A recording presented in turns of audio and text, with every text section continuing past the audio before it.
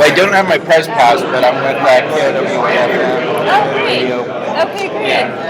Did you get our press materials? Or the press release, everything at the table? Not yet. I'm just trying to get set up. I was supposed to get gear, and my stuff wasn't available. So anyway, so I'm just the campaign manager for SafeAndJustAlternatives. So we're the ones coordinating the campaign. Thanks for coming. If you have any questions, my contact information is in the press. I'll go grab that right now. Thank you very much.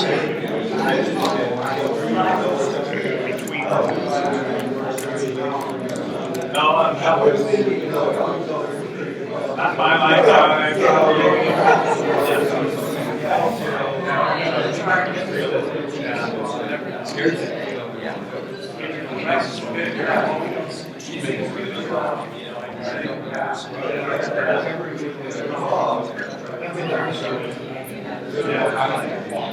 Yeah, down in San Diego, I was doing a fascinating camp. Kids, and there's also going to be a gentleman who was on that road.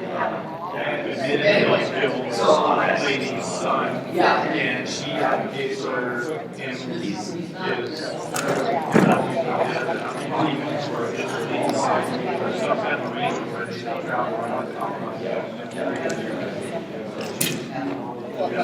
the big balls. Talking against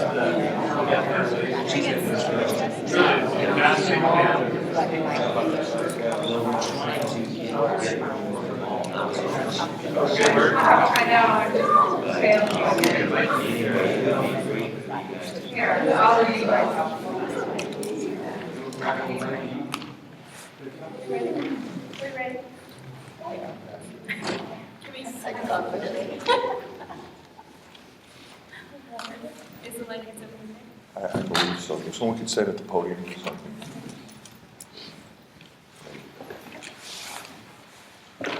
So I think we're ready. And welcome to all of you. Good afternoon. And on behalf of the Safe and Just Alternatives, a statewide campaign working to replace the death penalty with life in prison without parole, I'd like to welcome you all here today. We're here for a very important event to hear from victims, from the families of victims, a voice that is very rarely heard in this issue around the death penalty. In recent years, there's been a growing concern regarding the use of the death penalty. particularly as more innocent people are exonerated from death row and the exorbitant costs of capital cases continue to rise. But as I said, one aspect that is often missing from the public debate is how the death penalty fails the families of the victims. As I said, my name is Cindy Domingo, and I'm here also as a family member of a murder victim. My brother, Salmi Domingo, was murdered in 1981, and our family went through 3 murder trials, all aggravated first-degree murder charges. And our families, Salmi Domingo and Jean Vernas, the man that was killed with my brother, both families and friends that formed the Committee for Justice for Domingo and Vernas, opposed the death penalty in all 3 cases. And now all 4 men were serving life in prison without parole. Today, you will hear other voices of family members. You will have the opportunity to hear directly from family members of murder victims who will share their personal stories and explain why they support ending the death penalty in Washington and the roads that they have traveled to come to this decision. Our first speaker is Senator Regala. First, I am honored to introduce her. She's retiring next month after representing the 27th Legislative District for the past 18 years, a well-deserved retirement. Last year, Senator Regala was the prime sponsor of legislation to repeal the death penalty in Washington state. And as the legislature determines its agenda for the coming session, we urge our elected representatives to honor Senator Regala's tremendous legacy here in Olympia and make repealing the death penalty a priority issue. Please join me in welcoming the Senator to the floor.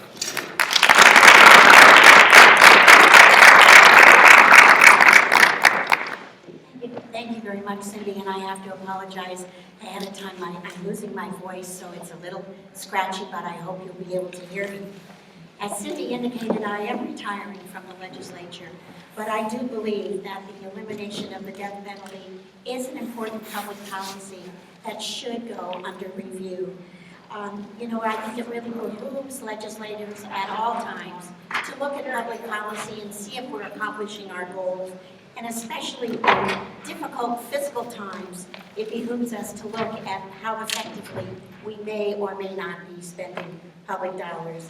So good public policy really should be evaluated on the basis of the best interest of the general population and the effectiveness of that. I think we all would agree that public safety is one of the fundamental roles of government. But I would ask my fellow legislators to examine, does implementation of the death penalty really enhance public safety? I would say that in the singular case of a specific perpetrator, yes, it would prevent that perpetrator from repeating a crime once they're apprehended, convicted, and the death penalty imposed. But a growing number of law enforcement officials, judges, and those who have worked in our correctional institutions agree that the death penalty does not provide ongoing public safety by deterring any future murder. In fact, many would agree that the death penalty is the least effective tool in preventing violent crime. Life without the possibility of parole can, in fact, remove these violent criminals from our communities just as effectively and at a much lower cost than the taxpayers. The cost to pursue implementation of the death penalty is staggering. It's estimated to be as much as 6 to 10 times the cost that it is to pursue life without the possibility of parole. This long, expensive process is needed. It's critical in ensuring that an innocent person is not executed and the tragedy compounded. But I would voice my opinion that those dollars can be put to much better use, assisting family members of the victims, increasing the tools that are available to law enforcement for preventing crime or for solving crime. I, too, had a family member that was murdered. His body was dumped. The perpetrator has never been found. There are many crimes like this that go unsolved, And we've just heard that in our biggest county, they've had to abandon pursuing some of the cold cases because of a lack of resources. Again, the high expense of pursuing the death penalty could be put to bad uses. Another tenet of our justice system is swift and sure justice. But the lengthy process of pursuing the death penalty actually re-victimizes surviving family members or friends as they have to relive that trauma of the crime over and over during each phase of that process. And sometimes it stretches out for a decade.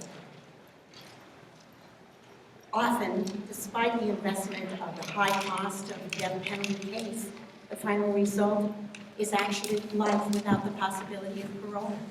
If we had pursued that in the first place, we could have saved a lot of money and again put them to more productive uses. Another aspect of good public policy really is equal justice. Proponents of the death penalty will argue it's reserved for the worst of the worst, but the facts are that it's become a negotiating tool and thus is applied unevenly with some of the worst receiving life without parole.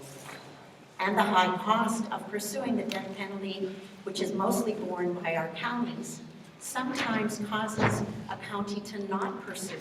And so we have disparity based on demographics. That's not equal justice. So it's my belief that the state can secure public safety, invest limited state resources, our tax dollars, in more effective crime prevention policies, provide more resources for crime investigation, and ensure swift, sure, and equal justice, allowing victims' families and friends to begin that difficult process of healing. And we can do that by replacing our state's current death penalty with the sentence of life without the possibility of parole.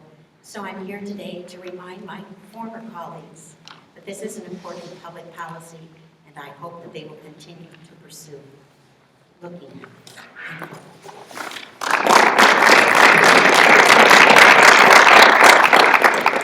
Thank you, Senator. Very eloquent words.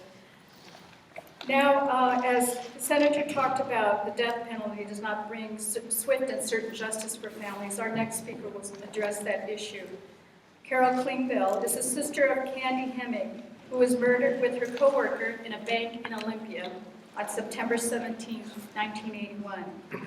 The case made national and international headlines as the murderer claimed he was too fat to be hanged, which was the principal method of execution at the time. Carol, her family and friends experienced over 20 years of a trial, 3 sentencings, and numerous appeals in state and federal courts before the case was laid to rest. During those many years, Carol lost her major support system. Her mother died, her other sister Gail died of cancer, and her best friend also died of cancer. Gail was a paralegal and very instrumental in keeping her family updated on all the legal developments. Carol is now a retired professor from the University of Washington and at Harborview Medical Center, specializing in issues related to interpersonal violence, and was initially a proponent of the death penalty, but over the years began to have grave issues with its purpose and implementation. After years of study and dialogue, she is now a staunch advocate of abolishing the death penalty. Please welcome Carol Litster.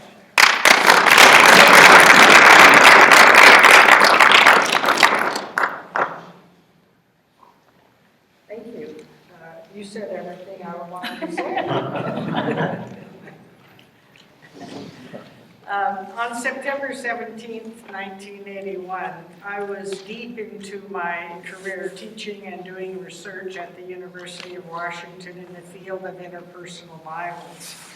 I'd become an expert in federal, state, and juvenile court on issues of child abuse, spouse battering, incest, and I testified in many homicide cases. I certainly was no stranger to murder. Nothing, however, could have prepared me for that day, for the midday phone call from my mother telling me that my youngest sister, Candy Hemming, had been murdered at a branch Olympia bank. Actually, not 10 minutes from this very building. Also murdered was her co-worker, Twyla Capron, as the two were the only bank employees in the portable building with minimal security. In an instant, 2 husbands were widowed, 5 children were motherless, and mothers, fathers, sisters, brothers, and countless family members were devastated. Candy had just celebrated her 33rd birthday at our family home in Olympia, and her career was soaring. After Candy's service and burial, it seemed as if she was shunted aside, as all the focus was on Mitchell Root, the murderer. He was found guilty and sentenced to death. But what followed was also a nightmare of gigantic proportions. By that I mean what followed was over 20 years of hearings, appeals, repeat sentencings as he continued to challenge various issues. With each appeal, we had to relive the terrible tragedy and listen painstakingly to the repeated testimonies over and over. He received the death penalty the second time, and still there was to be more appeals and hearings. And finally, on the third sentencing, he received life in prison without parole. 36 jurors had found him guilty of double murder while robbing a bank, and 35 jurors sentenced him to death. There was one holdout. The more hearings and appeals and trials there are, the more emotional trauma there is for surviving family members. During this time, as Cindy said, I lost my mother, my sister Gail from cancer, and our best and loyal friend Dora, also from cancer. My major support system was decimated. In those days, I championed the death penalty, thinking it was the ultimate penalty for someone who had taken my sister, devastated my mother, and sister Gail and other members of our family. Nevertheless, I was growing increasingly uncomfortable with all aspects of the court proceedings and the death penalty itself. I knew the terrible toll it had taken on our family and friends to sit through those horrible accounts of Candy's murder.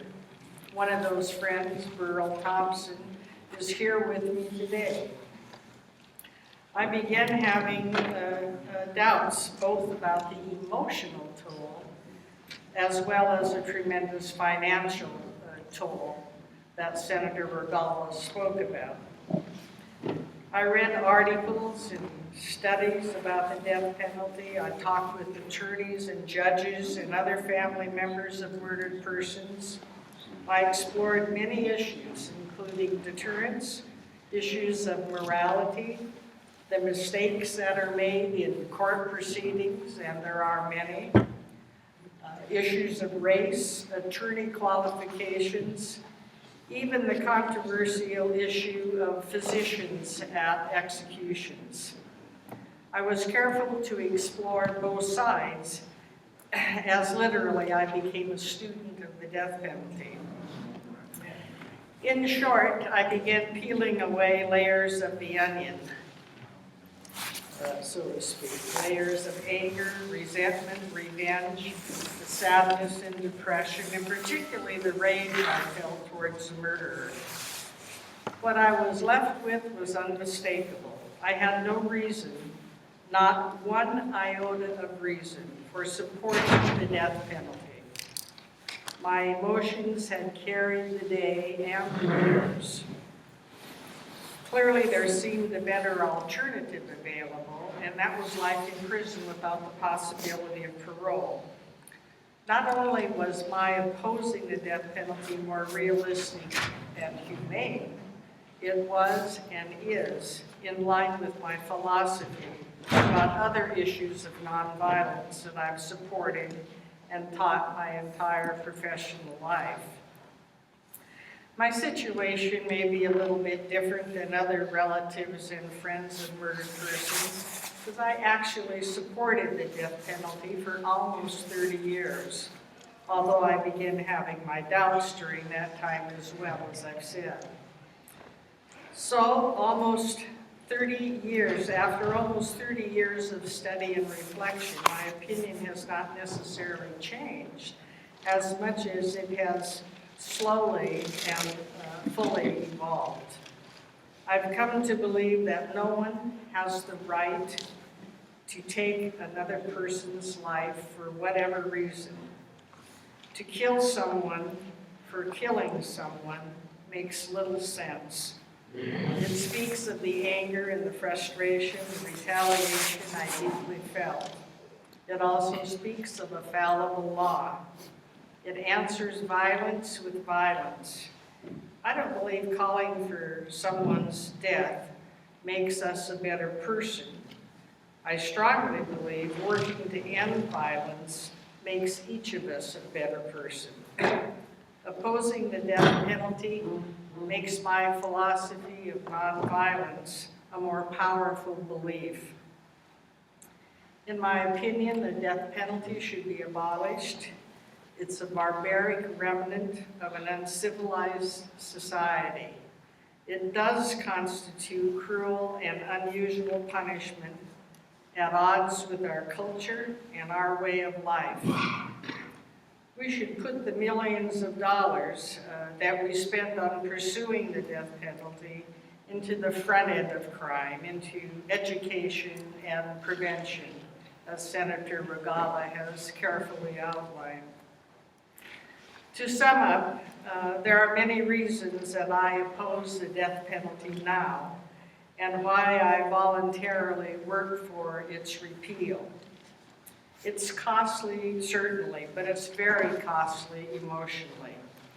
I think it's time to give families and friends of murdered victims a break and put an end to the years of horrendous appeals and resentencing. It's time to focus on the murdered victims, not the murderers or the attorneys that haggle back and forth. It's time to focus on a safe and just alternative which is readily available, and that is life in prison without the possibility of parole. I know that my mother would certainly agree with me, and I'd like to believe that Candy would too. Thank you.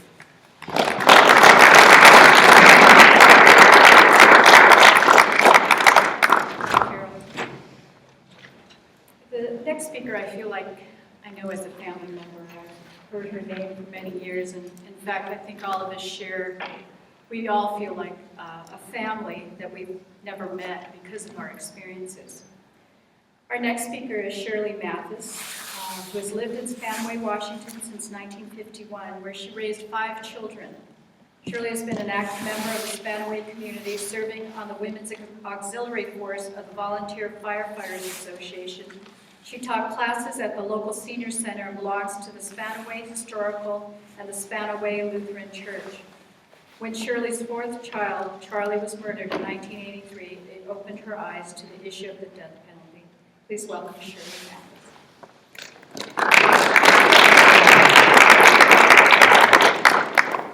I've not spoken on this issue for probably 25 years, but I was happy to be asked. And in the process of writing this, I was reading a book, and one of the quotations I came across was, we should not pretend to understand the word world only by the intellect. We apprehend it just as much by feeling. And that's a statement by Carl Jung. And I thought this is just exactly what I was asked to do, was to tell you how I feel about the death penalty. And so here I am talking about my feelings.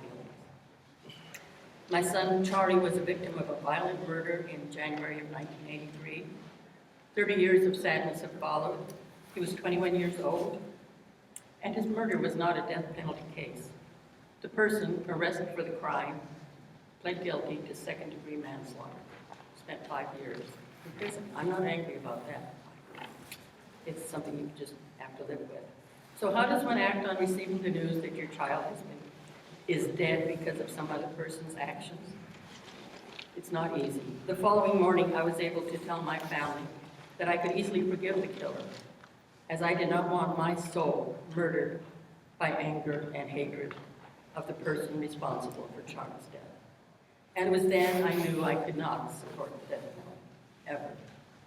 Yes, I did want the killer punished, but I did not want to be a part of his death by murder.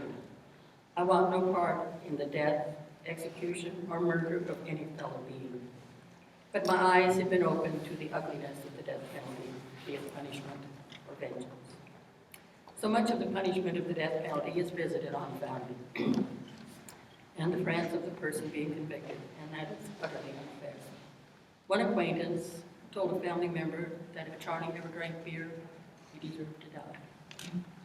And another lady suggested that by murdering Charlie, the killer might have found that his way to finding Jesus. Really? I thought Jesus taught us not to kill. The victim's family should receive counseling. They need something from the system. I could have used counsel. I needed to know about the justice system and how it works. I would have been pleased with some restitution. You know, like someone to mow the lawn, fix my car, things Charlie might have done. And some of the money spent on the death penalty could certainly help victims' families restart their lives. I know we are no safer because of the death penalty. I know we spend too much time and money on the death penalty. I know the death penalty is very unfair for many, many, many reasons.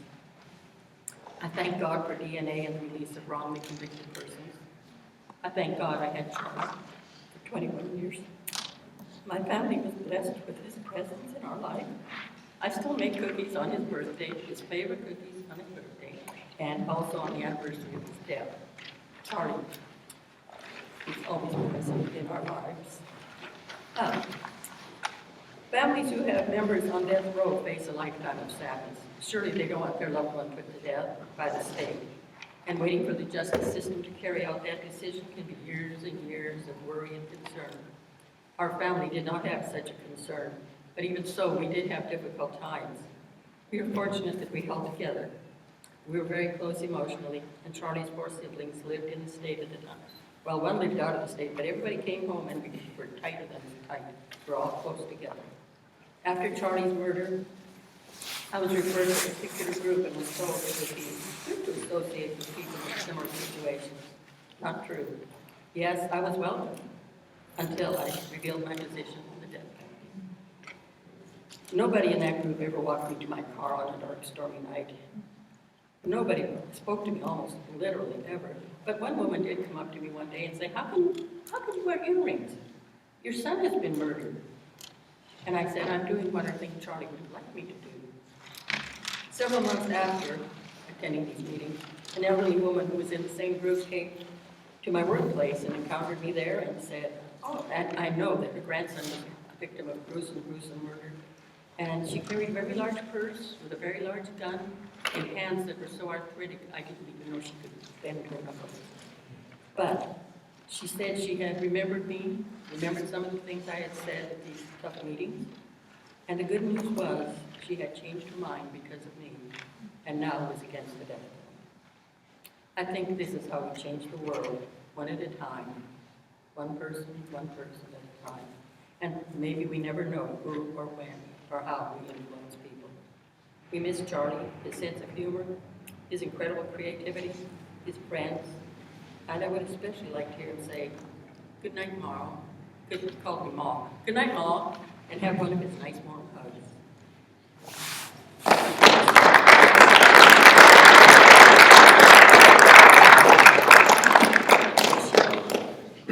Before I introduce our final speaker, I'd like to acknowledge other victims' family members who are part of our campaign.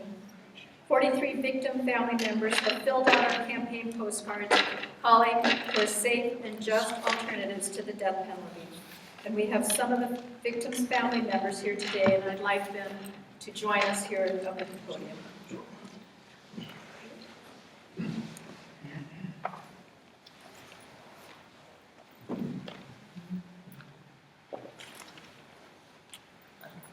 So our final speaker, Akila Shirills, joins us all the way from California. Welcome. Akila's oldest son, Terrell, was murdered in January 2004 while he was home on winter break. This experience inspired a shift in Akila's approach and gave birth to his involvement with death penalty focus, eventually becoming the Southern California Outreach Coordinator and spokesperson for California Crime Victims for Alternatives to the Death Penalty, or CCV. CCV is a 700-member organization of murder victim family members and victims of violent crime who all oppose the death penalty. Akila serves also on the board of Murder Victim Families for Reconciliation, a national organization dedicated to ending the death penalty in the United States, and is the lead strategist for victims advocacy with Californians for Safety and Justice Initiative, a newly formed statewide initiative aimed at providing smart solutions in the criminal justice reform movement. Please join me in welcoming Akila Shirills. Thank you.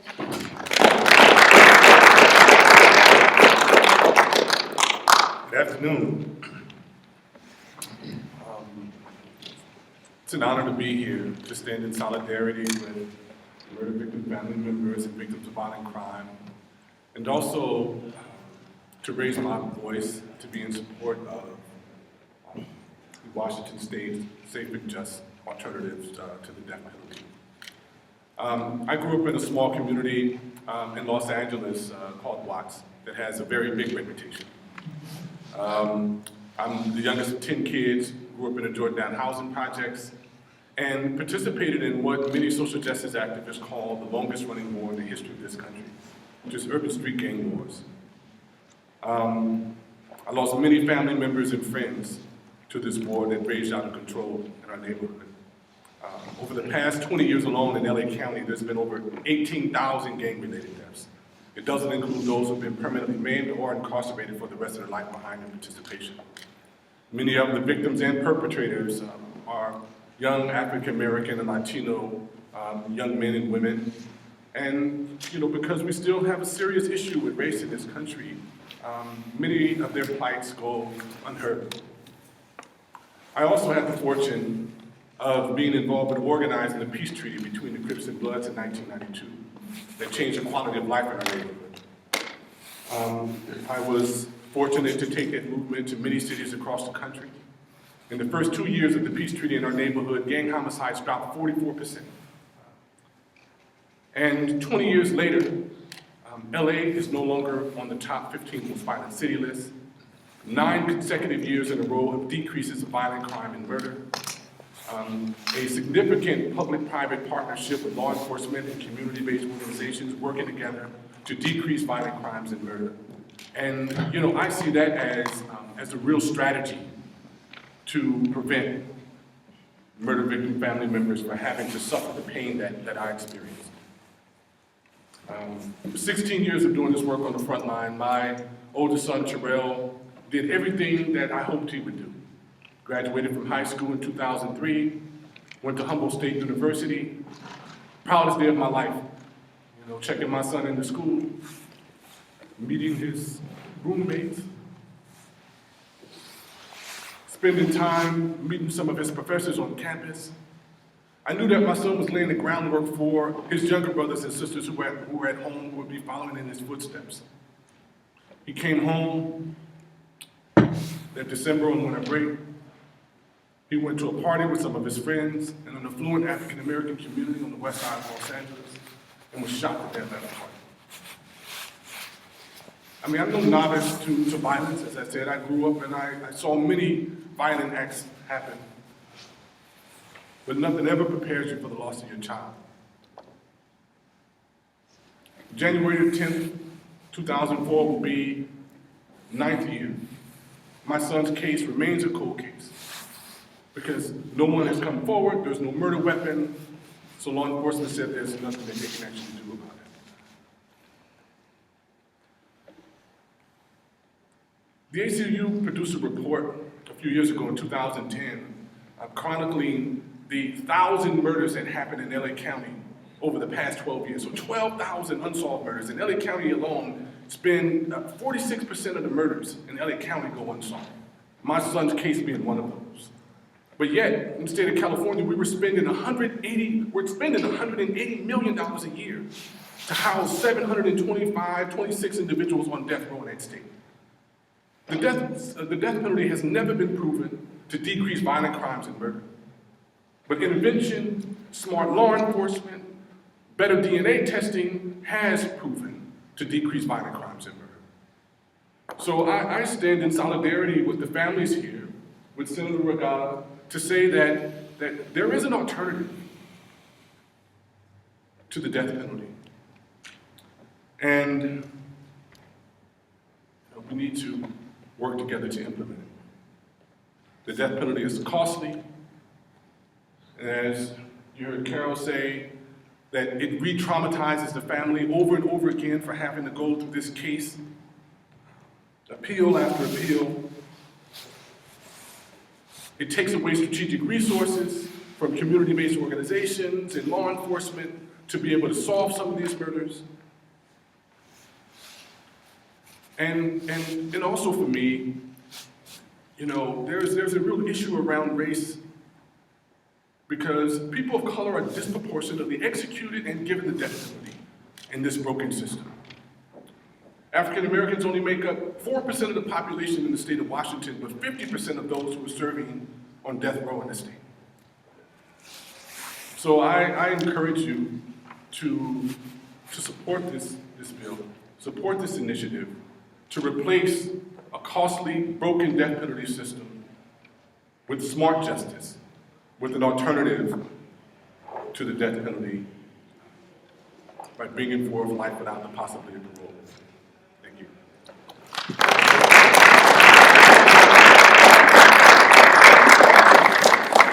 And I'd like the two men to introduce themselves also.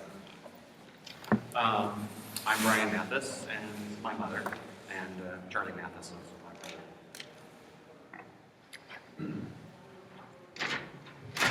My name is Jeff Lucero, and my grandfather was murdered in 1972. And my father, for the last 40 years, has been a bit of a crusader against the death penalty in the state of Kansas. And happy to be here in support of everyone today.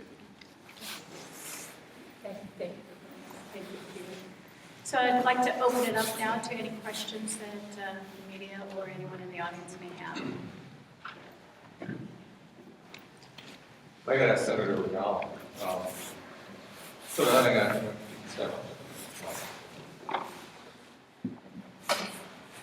deja vu on this, been here several years, is there anything this time around, do you believe that this measure will get any traction? I see Senator Klein is in the audience here. Any chance that this would receive any kind of voting committee? It gets hearing after hearing, but there has been no vote. Is there anything that gives you hope that will change? I always have hope that things will change. I can't really make a prediction against Senator Klein is here, but the makeup of the Judiciary Committee is different this year. We have different personalities, and I think that just like a lot of other places in the country, the opinion on this issue is changing. I'm not free to disclose who, but I know that there are members in both caucuses in the Senate who are very supportive of elimination of the death penalty. So we'll see how it goes. And again, I also believe that it's a very important public policy that needs discussion. And I was mentioned of it being a bargaining tool. With your Ridgeway, you found victims because it was taken off the table. Xenolenic was found because it was taken off the table. Why not leave it and just, prosecutors aren't using it as much as they have in the past, why not just leave it and be a tacit threat out there? I guess it's simply my opinion that it should not be used as a negotiating tool. We either have a death penalty or we don't. And we have found there are many reasons why it is not effective, it is very costly. And I'm sure our law enforcement and prosecutors are smart, intelligent people who have other ways of finding information and getting the information they need. Same-sex marriage and legalization of marijuana were also issues that were discussed quite a bit on this campus over the past few years. It took a long time to see what we saw at the ballot this year. Why not maybe take that route and look at next November, getting something on the ballot? Is that an approach that someone here may have gotten a little renewed hope from after what we saw in November? I guess I'll just say there's other folks in the audience maybe who can answer that question better than I. But you're right. Many important public policies do take years. Actually, it's been my experience that even simple little things that you think is a no-brainer sometimes takes years. So important public policies need public discussion. And I certainly agree with what Carol had to say, that the more we talk and share our ideas and our opinions, you can change.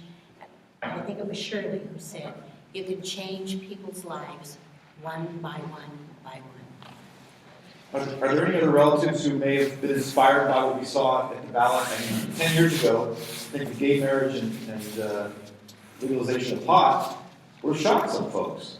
And maybe this is the time for your friend. Is there anyone who wants to talk about that? Maybe I'm building a bridge that isn't there, but I would think that maybe that might inspire some folks, and maybe this is another one of those long-standing issues that can be dealt with. You know, I thought about it on the drive down here, and I was thinking exactly what you said.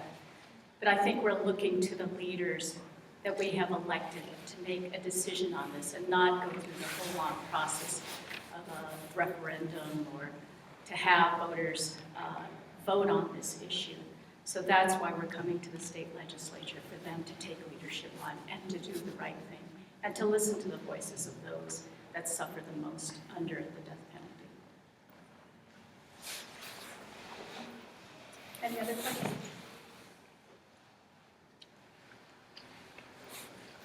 My name is Pete Litster, KOWA Radio here in Olympia. And it's a little bit off of that, recognizing the strength of having elected officials make these decisions. But I'm curious if there has been any consideration, and I know I spoke very briefly with Sparaki over here. I'm curious if your campaign has done any kind of brainstorming or any kind of strategic development of some kind of ballot initiative concept or some kind of more grassroots public education campaign to get that as a tactic in tandem with the legislative work. The Safe and Just Alternatives campaign, a key part of our strategy is public education, because we are looking to the legislature to pass legislation to repeal the death penalty. But in order for that to happen, legislators need to hear from their constituents. And so we are educating people about the death penalty. A lot of people aren't aware that the death penalty costs more than life without parole. People aren't aware of the effect that these long trials have on victims' family members. People aren't aware of the disproportionality in terms of, you have somebody like Gary Ridgway, who was convicted of killing 48 women and then confessed to many more murders, who gets life without parole, where you have some people on death row who have one victim. So there's a lot of education that we have to do as part of this campaign, and that we're in the process of doing, with the goal of getting legislation. As we talked about, this is an issue of our leaders really needing to take that role, as our state leaders, to say that it's time to end the death penalty in Washington. There's precedent around this. There's momentum building around the country. Connecticut passed legislation this past spring. There's been other states that have already taken, the governor of Oregon issued a moratorium last November. So there really is a building recognition the death penalty system is broken. So our campaign is really working on educating communities across the state so that they let their legislators know that this is something that it should be a priority issue in this coming session. And we're planning a lobby day in January where people from across the state will be coming to meet directly with their elected officials here in Olympia.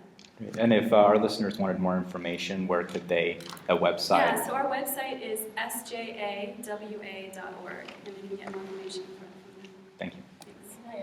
Yes, please. I visited with a 95-year-old friend yesterday, and we talked about the death penalty. And she said in her eye, it was an eye for an eye, until she learned how much it costs to put a person to death. And that changed her mind. So.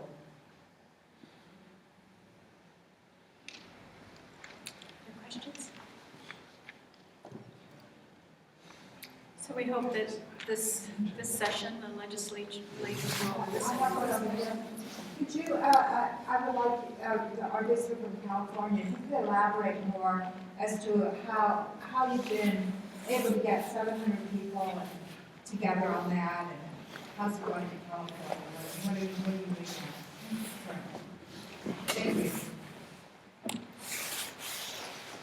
Yes, in the state of California, we've had a tremendous amount of challenges and issues, with violence in our community, and it's not uncommon in both African American and Latino communities where one mother would have one kid buried in the prison system and one buried in the graveyard, and it's we were fortunate enough to have the support of Death Penalty Focus and the ACLU to help us to reach out to murder victim family members and share with them and educate them about the issue.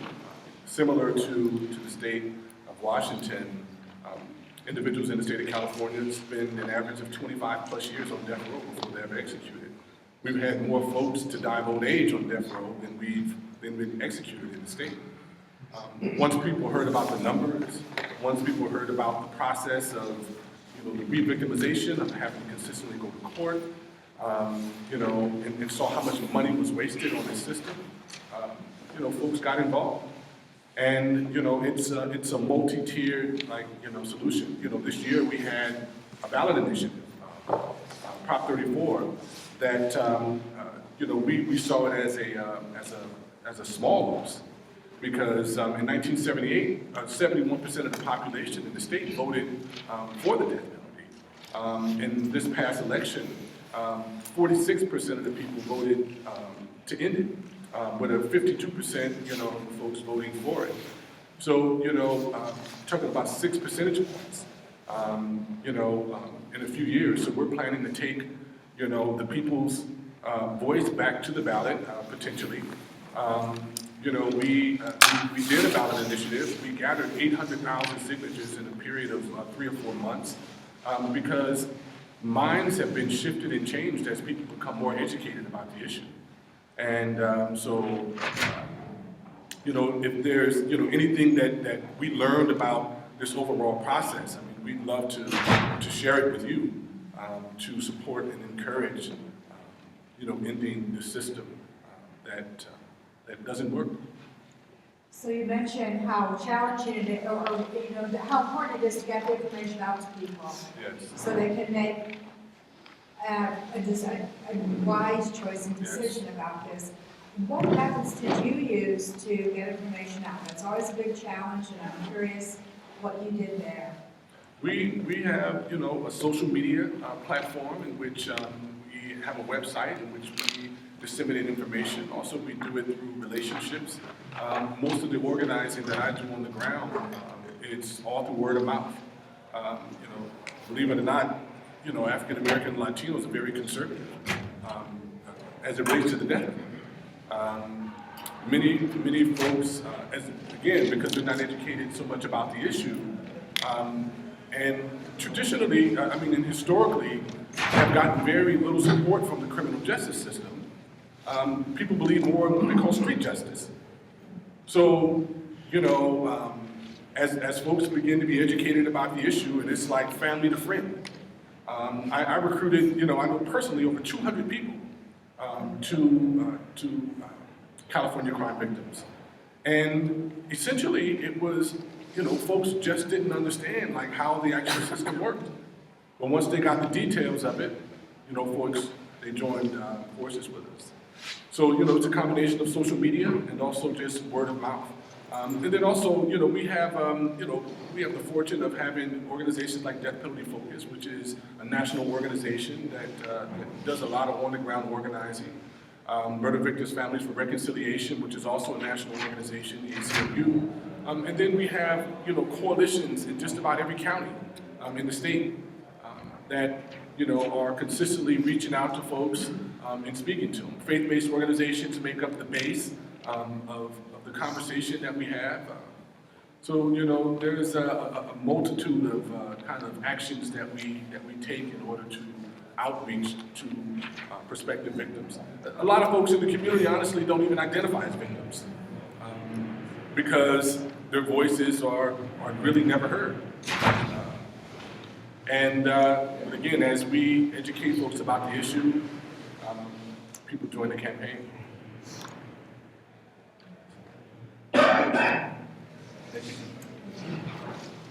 Any other questions? This isn't a question, but just an observation.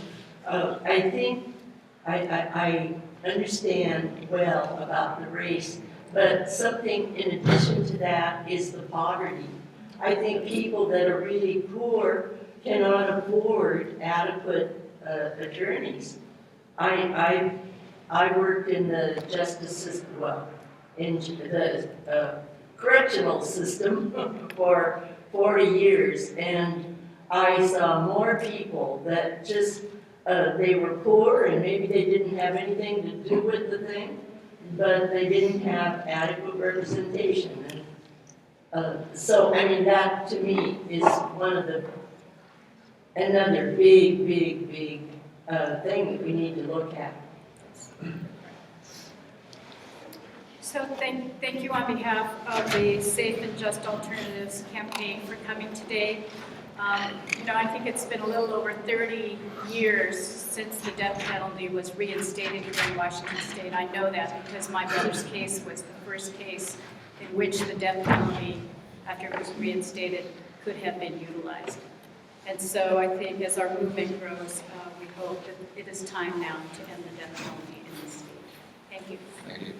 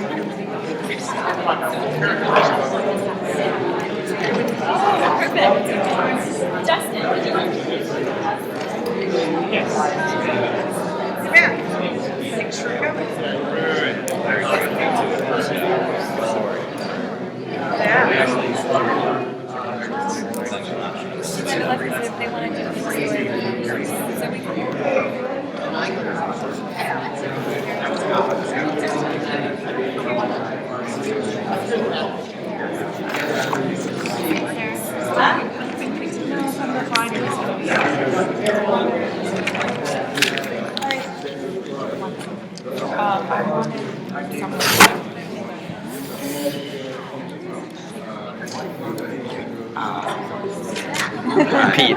I did media for the ACLU, so if you have any follow-up or other issues you want to... Fantastic. Well, I'm grateful for that. I actually just moved to Olympia about a month ago from Salt Lake City, Utah, but I had my internship at the ACLU was managing all the complaints against law enforcement. This was in the 90s Utah? In Utah, yeah, when I was. They have a great ACLU there. Yeah, clearly a lot of what we're up against is how the instruments of state are used to enforce the will of a dominant majority and all of that stuff. Do you have a card yet? I've got my old management consult. I owned a management consulting company in Salt Lake, but I haven't updated it yet, so I will. Good. It's a pleasure. Nice to meet you. Get on.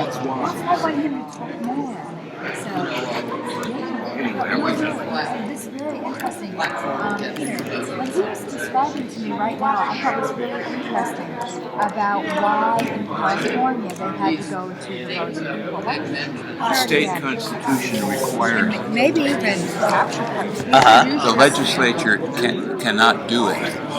It has to be by a vote of the people. In California, no way. Because of concentration, the state constitution. And I believe that's also true in Oregon. So the this is just on the issue of capital punishment. I don't know how broad it is, but I know it applies they to do that. have some specific classes Yeah. that are required to go to to a public initiative rather than a... And you see, they spent $7 billion on this referendum. We don't have anything like that money available here. Yeah, exactly. What's your name again? Dave Avolio. Dave Avolio. My name is Pete Litster. Nice to meet you. And you have a card? Or I do have a card. And are you with the group here in Washington State then? Yes. Or California? Okay. Great. No, but I follow California closely because it has so much to do with us. Yes. Well, so I'm supposed to pass out cards. I'll give you. I work with Fellowship of Reconciliation. I'm on the steering committee for the local group, and we have a death penalty. I know Brenda does. Oh yes. But that's part of why I'm here. But what you're sharing with me, I was not aware of this part of California. That's part of the deal. It's much more efficient to do it through the legislature, but they don't have that option available. Right. But the money thing is that's why I wanted him to talk a little bit more about what was going on, because I knew there was a slice of something happening in California, but that's why I asked the question to get a little more detail. He may not be totally aware of the differentiation because because he's there and I'm here. Well, when it comes to routes and venues for public education, what have you encountered in your campaigning that's the most effective in terms of getting a real impact on galvanizing numbers of people?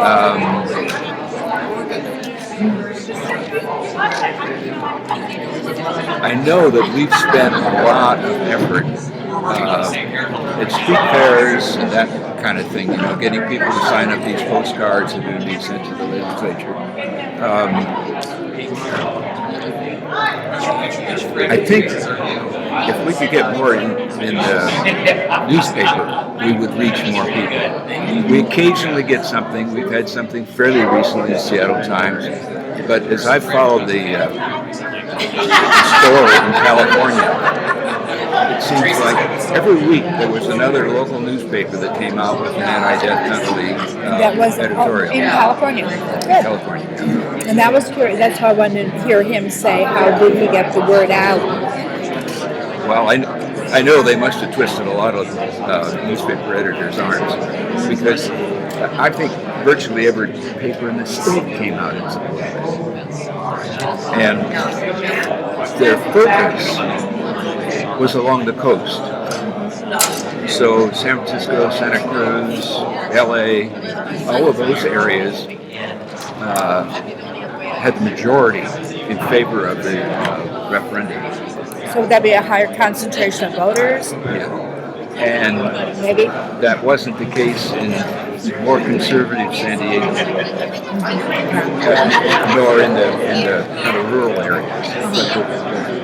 The numbers of people are in the Bay Area, LA, and well, if you have limited money, you might want to concentrate on where the highest concentration of voters are, and see if you could reach them. But so I'm sure as they go back to the drawing board and refocus their strategy, there'll be a lot more on San Diego. Well, I come from change numbers.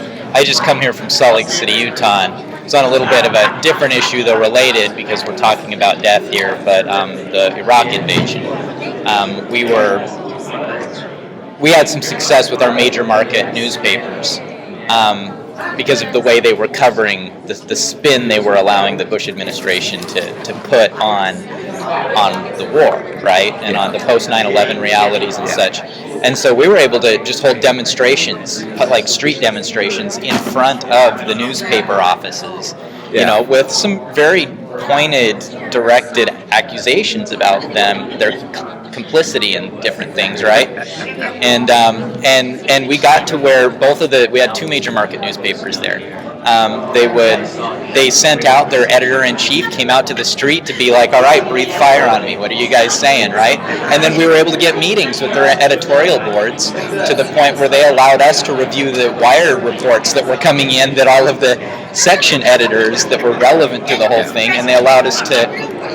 We sat there, and there were about 14 of us, peace activists, sat there in their editorial boardrooms reviewing. They were circulating these pages that had come off the wire, and we're going through like this is, and we're writing like different sources, alternate sources in the margins and stuff like this, and we discovered that they were actually receptive to that, and we ended up having influence on content development in the subsequent weeks about it, and we were able to cultivate more public opposition, and it contributed to campaigns and stuff. But we just shamed the media into compliance. Thinking a little bit more about this. Good to see you, Sam. I know they relied heavily on public advertising and news coverage in California because they were trying to reach the public, whereas we're trying to reach legislators. Got it. So I think our strategy probably is more toward lobbying, talking to individual legislators, trying to get them to commit when they hate to commit, trying to create an atmosphere where we can indicate to the committee members that if they'll vote it out of committee, it will be received. See, I think that's part of what's gone on in the past. We have a hearing, everybody argues, and it never gets out of committee because they don't want to waste their political capital on something so they can't get traction. So we've really targeted a lot of specific legislators because of their stance and because of their position on the respective judiciary. Because those are the gatekeepers. Yes. It is definitely more strategically advantageous to target the constituencies of individuals rather than having to blanket the entire state to get votes. Yeah. But of course, part of convincing legislators is convincing them your constituents support this. Yeah. So. Yeah. Well, it's a pleasure. Thank you very much for your time.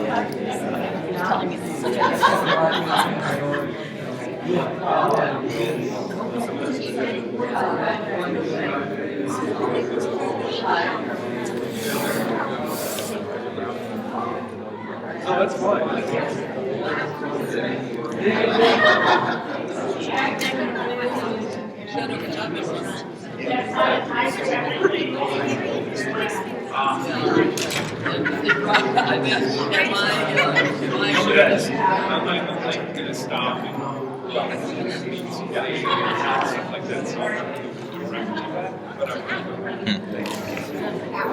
think I've done that well enough.